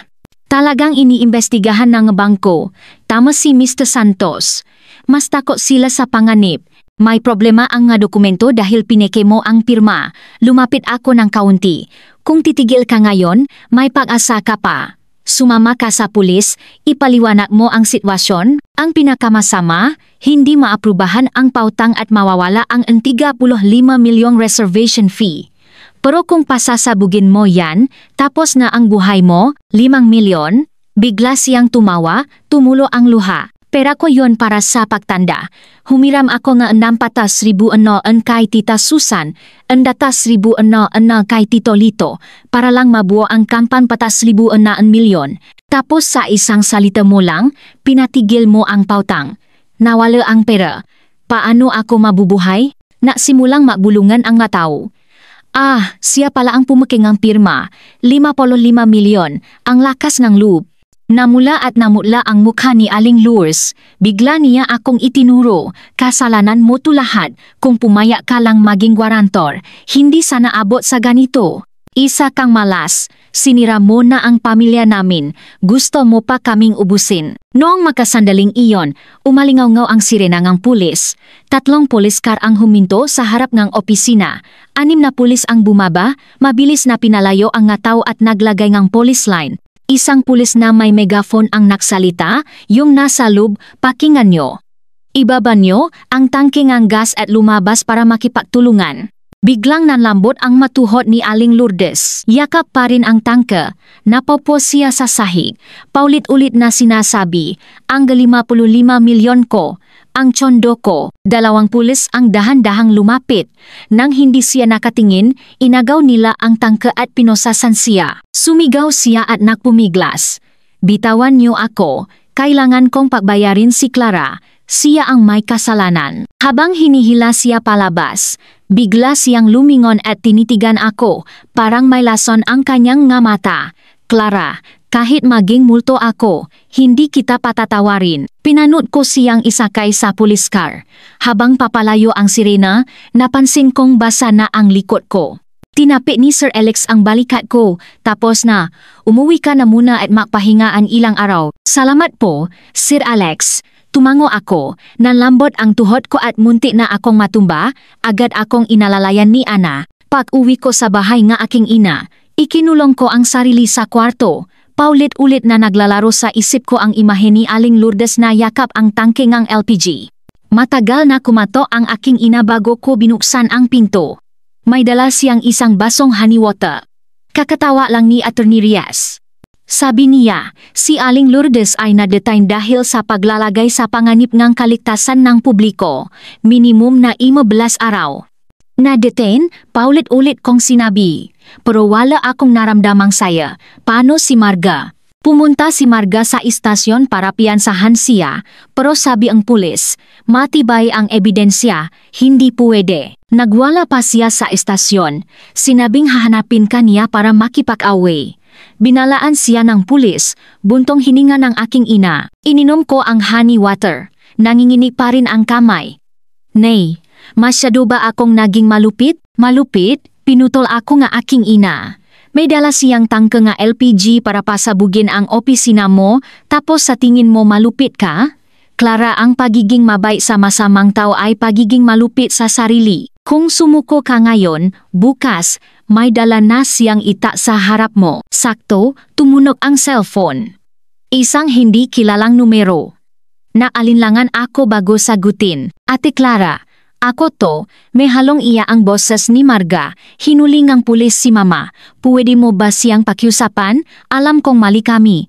Ayaw na naming ngang tsondo. Ayaw na naming maging guarantor ka. Pakiusap, palabasin mo si Mama. Marga, tiningnan ko ang labas ng bintana, hindi ako ang nakpahuli sa kanya. Siya mismo ang nakdala ng tangka ng LPG at nakbanta sa kalitasan ng iba, labag yan sa batas. Kung gusto mong makalaya siya, makipagtulungan kayo sa investigasyon at aminin ang pagkakamali. Ayaw mo talagang tumulong, di ba? Biglang nakbago ang tono niya. Clara, hintayin mo lang. Hindi ka patatawarin ng kuya ko. Sige, hintayin ko. Ibinaba ko ang telepono, nanlami ang puso ko. Hanggang ngayon, hindi pa rin ako kinokontak ni Marco. Siguro sinisisi niya pa rin ako sa papapalaki ng gulo. Tama nga ako. Wala pang 10 minuto, tumawa si Marco. Ang boses niya ay pagod at galit. Clara, nahuli na si Mama. Masaya ka na, kahit anong mali niya, nanay ko pa rin siya. Hindi mo ba pwedeng, alang-alang sa akin, iatras ang kaso? Iatras? Napatawa ako. Marco, alam mo ba kung anong ginawa niya kanina? Nakdala siya ang tangke ng LPG sa opisina ko at nakbantang pasasabugin ito? Muntik nang makasakit ng mainosente? Hindi na ito simpleng away pamilya, kasong kriminal na to. Alam kong mali siya, pero nagdilim lang ang isip niya. Tumaas ang boses niya. Yung 45 milyong reservation fee, ipon niya yon buong buhay, kasama pa ang utang sa mga kamag-anak. Ngayon, wala na ang pera, nakakulong pa siya. Paano siya mabubuhay? Paano naman ako? Hindi ko na napigilan. Nung ginamit niya ang ide ko para umutang ng 100 milyon, para ako ang magbayad, naisip mo ba kung paano ako mabubuhay? Nung dinala niya ang tangke ng LPG para pasabugin ang opisina ko, naisip mo ba na baka mamatay ako? Marco, bato ba ang puso mo? Tumahimik siya sandali bago bumulong. Hindi. Hindi ko alam na aabot sa ganito. Clara, nakikiusap ako sa iyo. Isang beses lang. Tulungan mo si Mama. Hindi kita matutulungan. Ibinaba ko ang telepono at i-block ang numero niya. May mga pusong hindi mapapainit. May mga pagmamahal na hindi karapat-dapat. Kinabukasan ng umaga, nag-text si Atty. Reyes. Opisyal nang nasampan ng kaso ang bangko laban kina Aling Lourdes at Marga para sa loan fraud. Bukod pa rito, napadala na rin ng demand letter ang developer ng Azure Residences dahil sa paglaba sa kontrata. Hindi na ibabalik ang 55 milyong reservation fee. Tiningnan ko ang text, kalmado ang puso ko. Kung anong itinanimang siyang aanihin, sila ang pumili nito. Sa mga araw na nakadetay ni si Aling Lourdes, pinag-usapan ito sa buong opisina. May nagsabing malupit ako, ipinakulong ang sariling biyenan.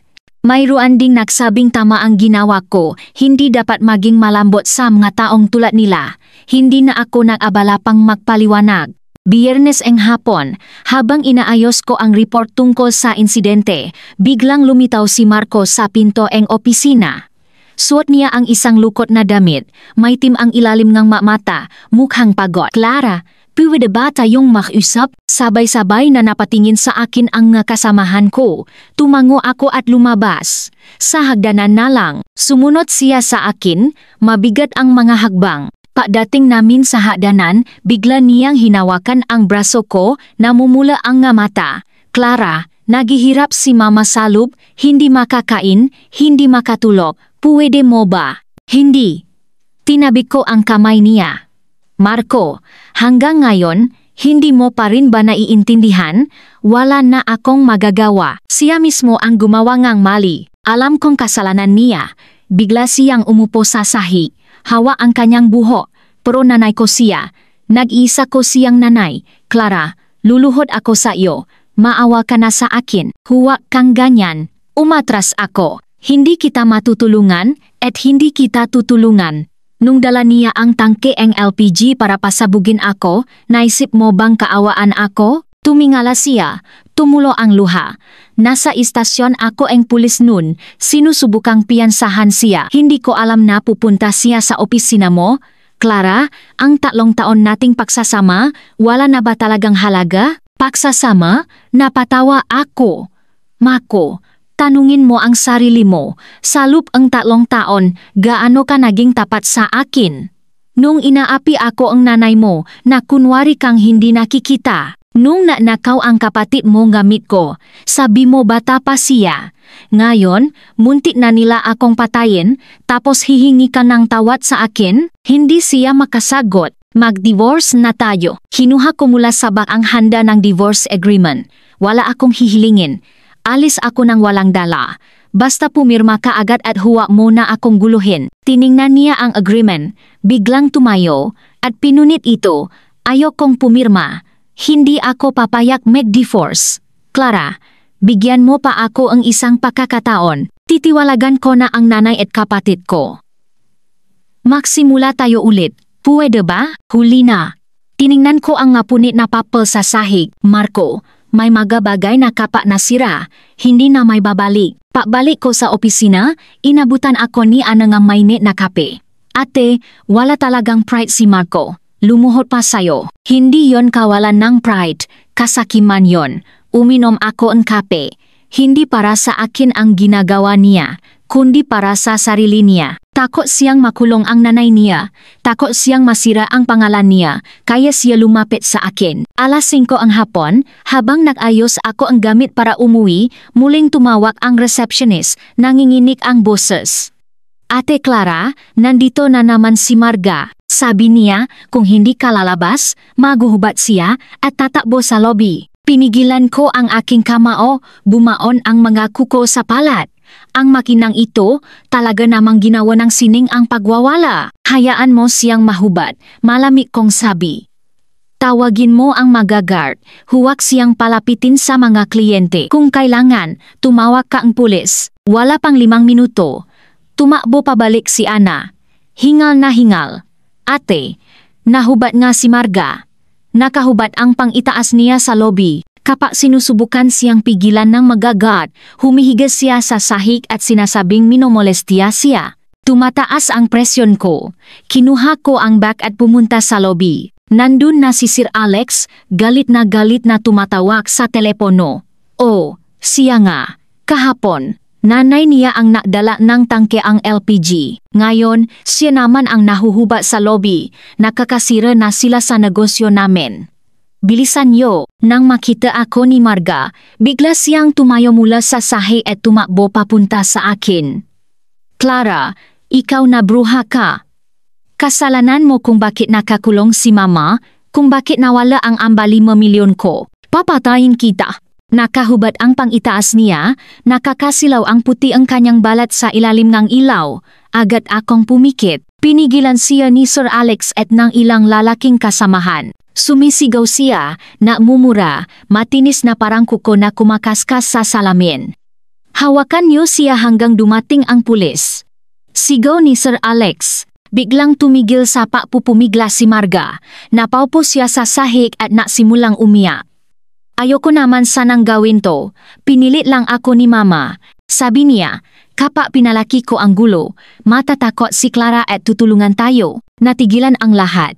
Parang tumigil ang oras. Binuksan ko ang aking nga mata at tiningnan ang kanyang kaawa-awang itsura. Wala akong naramdamang saya, kundi pagod. Mabilis na dumating ang mga pulis.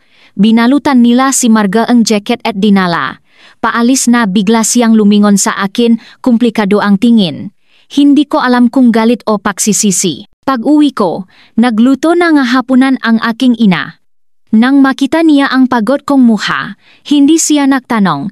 Inilagay lang niya ang isang mangkok ng mainit na sabaw sa harap ko. Uminom ka para uminit ang katawan mo. Habang uminom, naalala ko noong bagong kasal pa lang kami.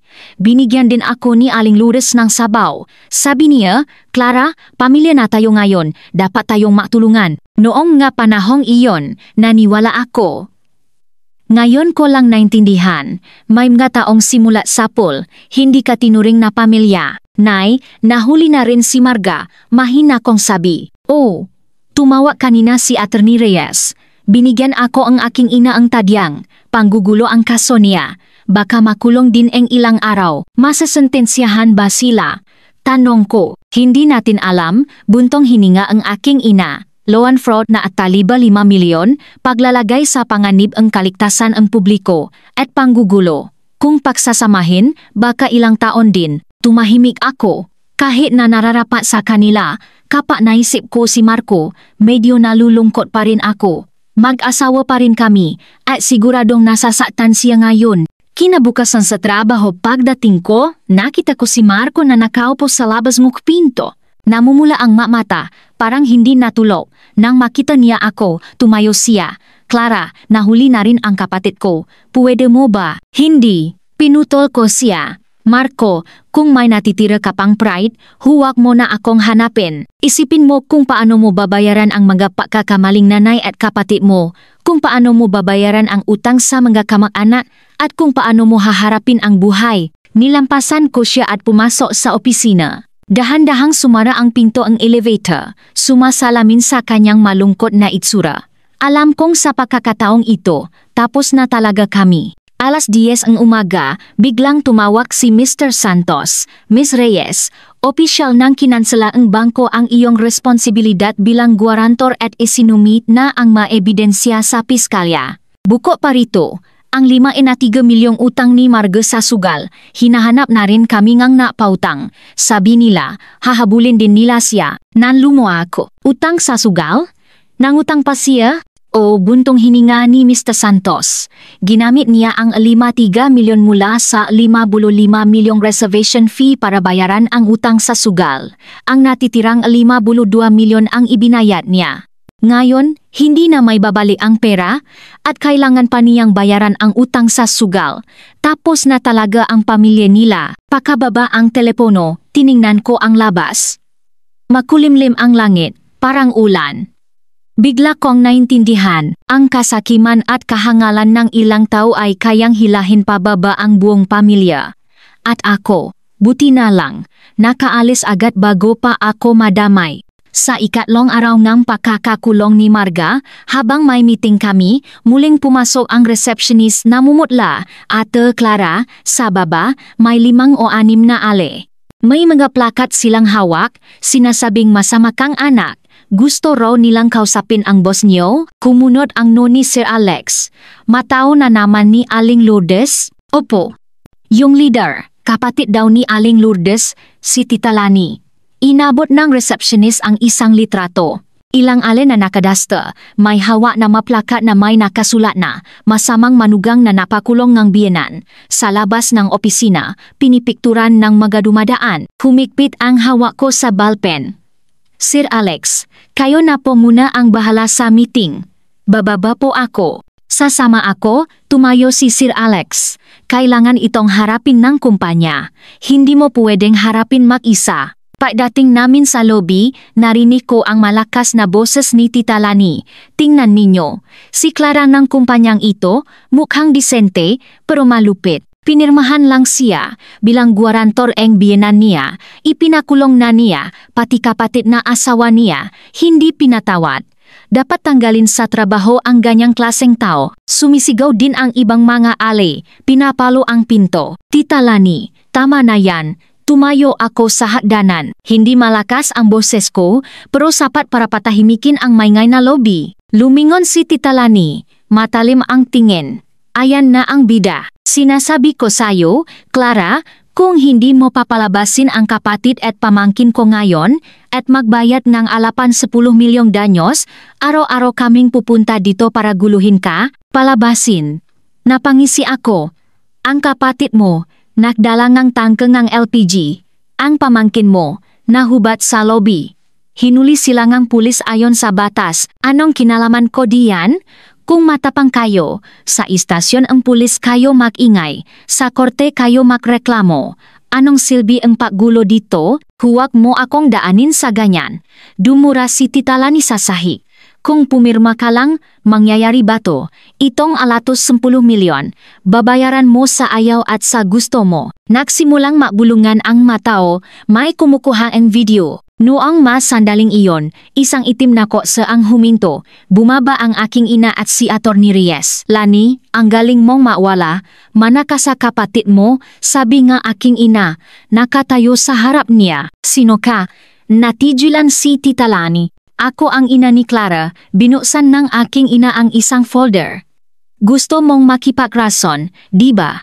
Eto, may maebidensya ako para makita ng lahat kung sino ang mali. Itinaas niya ang unang dokumento. Ito ang report mula sa bangko na papatunay na pagkaang pirma sa kontrata. Walang kaalam-alam ang anak ko, itinaas niya ang pangalawa. Ito ang voice recorder, kung saan inamin ng kapatid at pamangkin mo ang pagnanakaw ng ID, pamimiking ng pirma, at pagbabanta sa anak ko.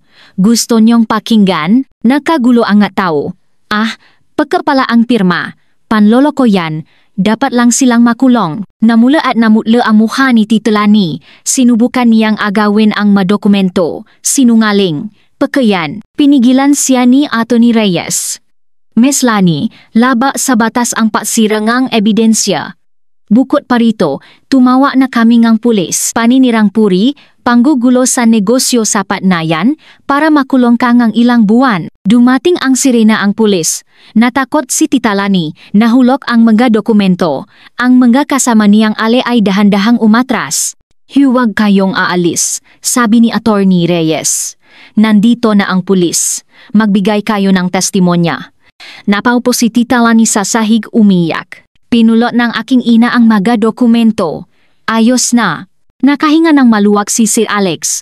Tita Helen, salamat po sa inyo ngayon. Dapat lang, ngumiti ang aking ina.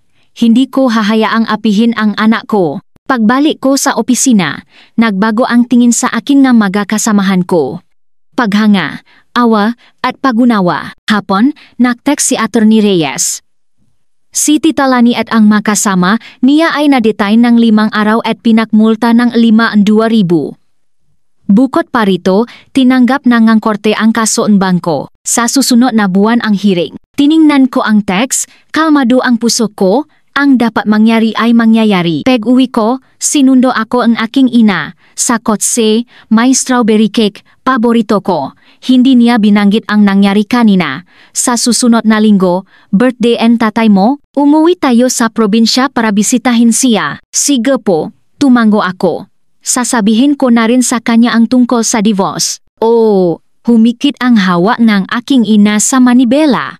Kung malalaman ng tatay mo kung paano katinrato ng lalaking yon, baka baliin niya ang ngabinti niya. Napanggiti ako. Pakiramdam ko, nawala na ang mabigat na bato sa dibdib ko. Isang araw bago kami umuwi sa probinsya, nakatanggap akong supwe na mula sa korte bilang testigo sa kaso ng bangko laban kina Aling Lourdes at Marga. Sabi ni Attorney Reyes, kailangan ko lang sabihin ang totoo. Darating ba si Marco?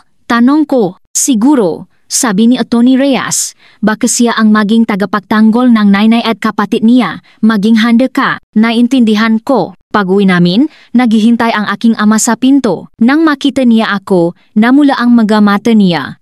Clara anak, pumayat ka. Tay, ayos lang po ako. Niyakap ko siya. Ikinuwento ang aking ina ang lahat.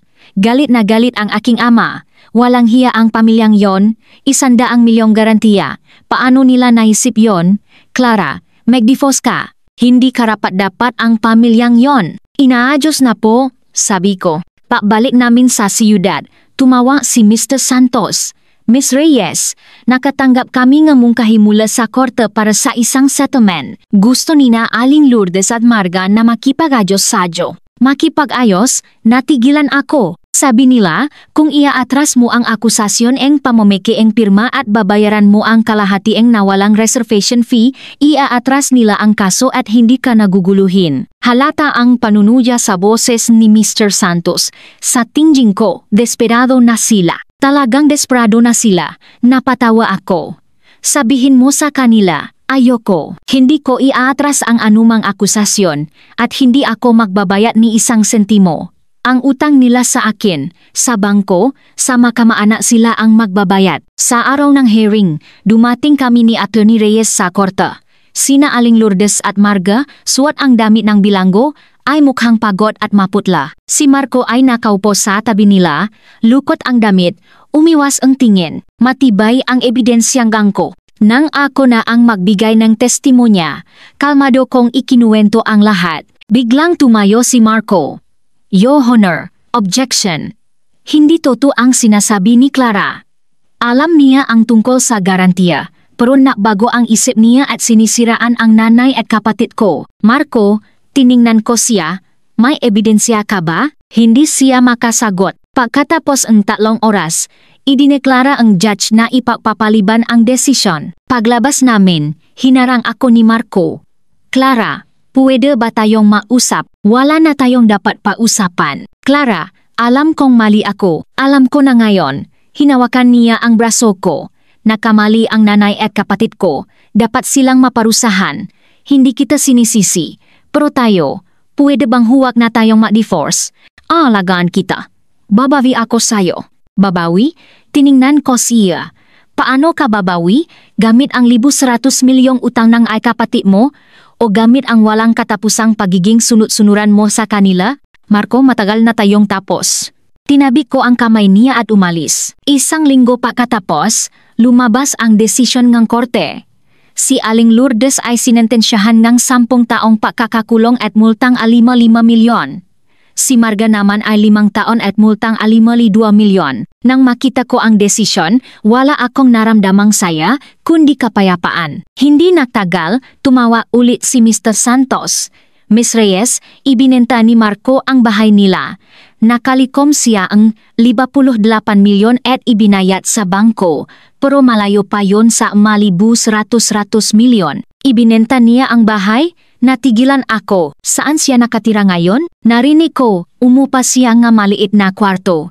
2 ang trabaho niya para bayaran ang nga utang sa kamag-anak. Buntong hininga ni Mr. Santos. Kawawa rin. Nalubo dahil sa nanay at kapatid niya. Ang mataong kaawa-awa ay may makinamumuhiyang dahilan din, sabi ang aking ina sa tabi. Kung pinigilan niya lang ang nanay niya nun, hindi sana abot sa ganito. Hindi ako nasalita. Siguro, matagal nang nakatakda ang kahinaan ni Marco. Ang kanyang kahinaan at bula na pagsunod ay hindi lang ako ang sinaktan, kundi pati na rin ang sarili niya. Naging mabilis ang proseso ng divorce. Habang pumipirma si Marco, nanginginig ang kamay niya. Tiningnan niya ako, puno ang pagsisisi.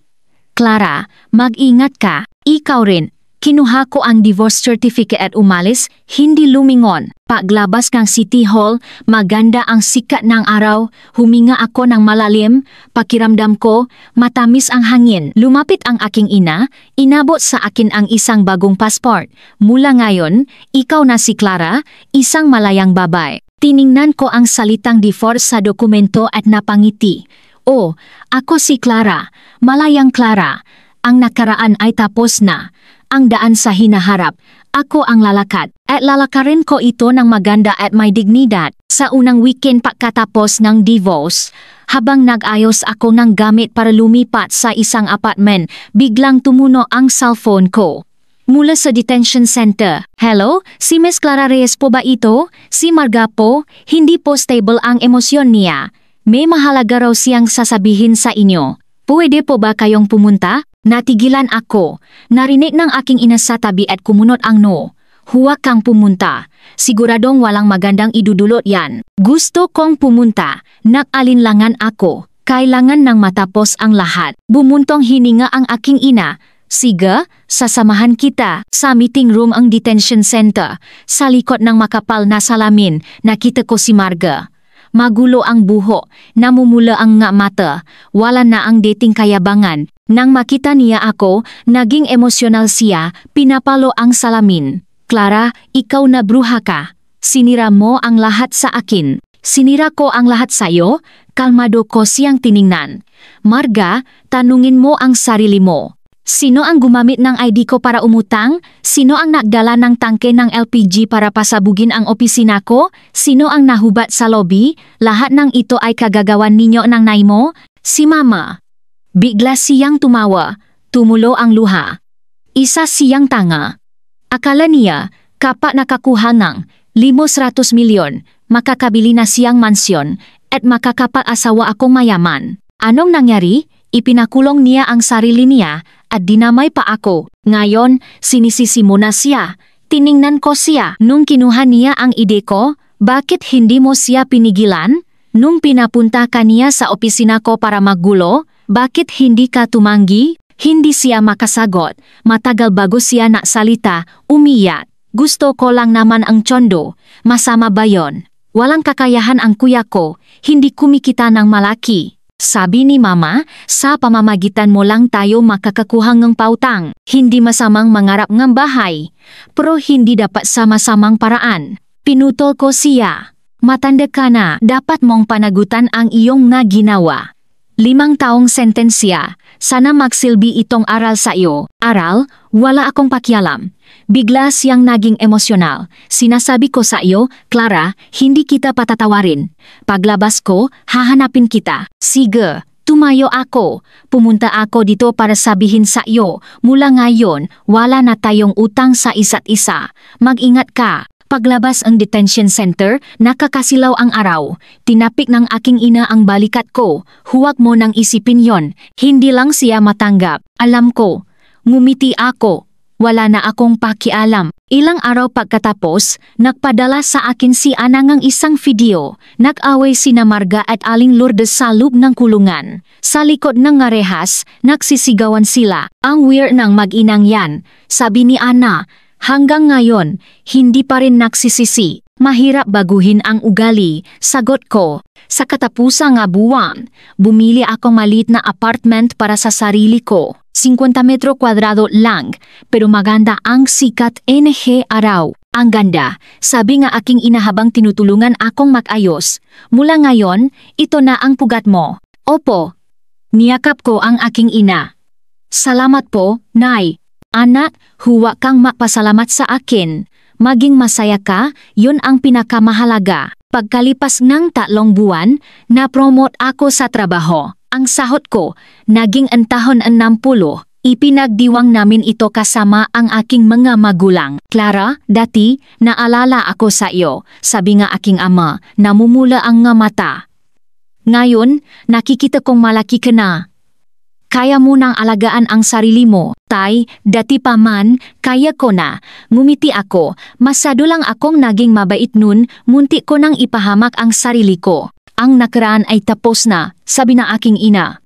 Pagkatapos ang hapunan, lihim na sinabi sa akin ng aking ina, Clara, si Marco, laging tumatawag sa akin. Tinatanong kung kumusta ka. Sabi niya, gusto ka raw niyang balikan. Balikan?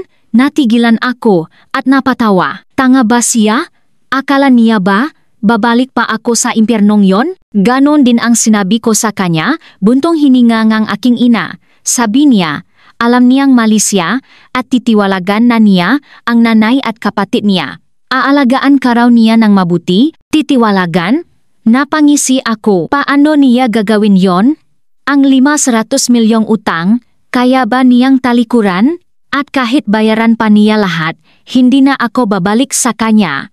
May masugat na hindi na kayang pagilumin. Hindi nagtagal, tumawag nga si Marco. Clara, alam kong nakasala ako sa iyo.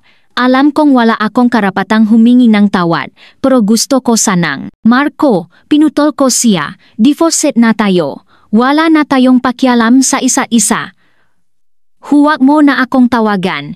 Bayaran mo ang mautang mo at magpakabuti ka. Ibinaba ko ang telepono at i-block ang numero niya. Sa year-end party ng kumpanya, ako ang napiling magbigay ng talumpati bilang outstanding employee. Habang nakatayo sa ilalim ng spotlight, naalala ko ang dati kong sarili mahiyain, mahina, laging takot makamali. Ngayon, natuto na akong tumanggi, protektahan ang sarili, at mabuhay para sa sarili ko.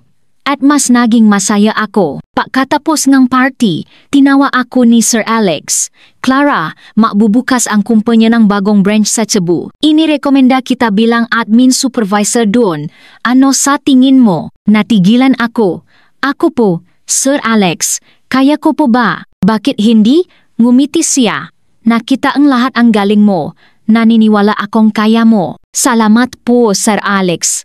Naluha ako sa tuwa. Pagkatapos ang bagong taon, lumipat ako sa Cebu. Nagsimula ako ang bagong buhay at trabaho.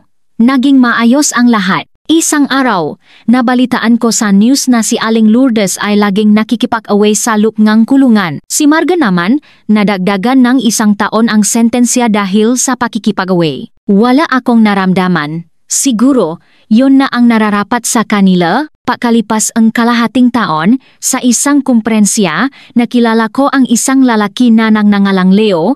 Isa siyang arkitekto, mabait at magaling makipag-usap. Nalaman niya ang nakaraan ko, pero hindi niya ito pinansin. Ang nakaraan ay tapos na. Ang mahalaga ay ang ngayon at ang hinaharap. Isang araw, tinanong niya ako, Clara, masaya ako kapag kasama kita. Puwede ba kitang maging girlfriend? Tiningnan ko ang kanyang tapat na mga mata at ngumiti. Oh, 1 taon pagkatapos, nagpropose si Leo. Clara, alam kong hindi ako perpekto, pero sisikapin kong maging angkop para sayo. Pakasalan mo ako. Umiyak akong tumango. Naging simple ngunit masaya ang aming kasal. Ang buhay namin ay naging mapayapa at masaya. Minsan naisip ko si Mark. Narinig kong natatrabaho pa rin siya para bayaran ang mautang. Mahirap ang buhay. Pero wala na akong nararamdaman. Pagkatapos ng lahat, naintindihan ko na. Ang pinakamahalaga sa buhay ng isang babae ay hindi ang mapakasal sa mayaman, kundi ang matutunang mahalin at protektahan ang sarili. Ang buhay ay parang salamin. Kung ngingitian mo ito, ngingitian ka rin nito. Sana, maintindihan ng lahat ng babae. Karapat-dapat kang mahalin, karapat-dapat kang magkaroon ng mas magandang buhay. Hanggat nagsisikap ka para sa sarili mo, darating ang kaligayahan. Hipak ka niya? Anong masama kung tulungan mo siya?